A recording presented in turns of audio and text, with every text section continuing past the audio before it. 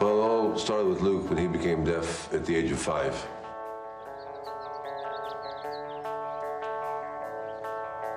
Mom and Dad both came to Christ. It was my mom first. Life would completely change for Mom and Dad after that.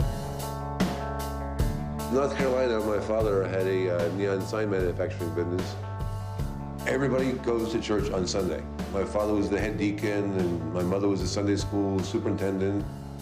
My father was invited to go on this pastor's conference in Florida, even though he wasn't a pastor, just because he had the biggest, nicest car in the church. My dad went forward that night, and he dedicated his life to become a missionary. We heard that a flood hit the town of Monterey, and my dad knew a missionary there. This little boy is deaf. He's been abandoned by his family. He makes a living shining shoes.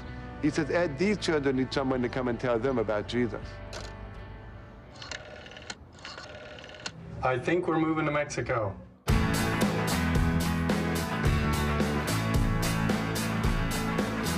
I didn't know what to expect. I was 13, and I didn't want to be here. My dad made this sign saying school for the deaf, and he put it in the window. Within 2 weeks, we had 12 deaf children living with us. When we moved out, and he put up the lean-to, my dad, and all the beds on it, and we were sleeping outdoors, even that was better than some of the living conditions that some of these kids came from. By the grace of God, this huge 2-story house went up. Nobody expects to lose your brothers and sisters. How did my parents go on after they lost 3 of theirs?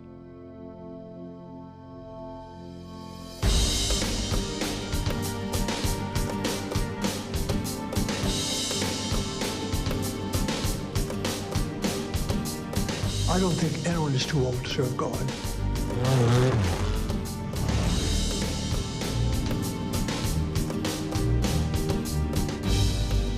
It's not a building, but it's what we are doing.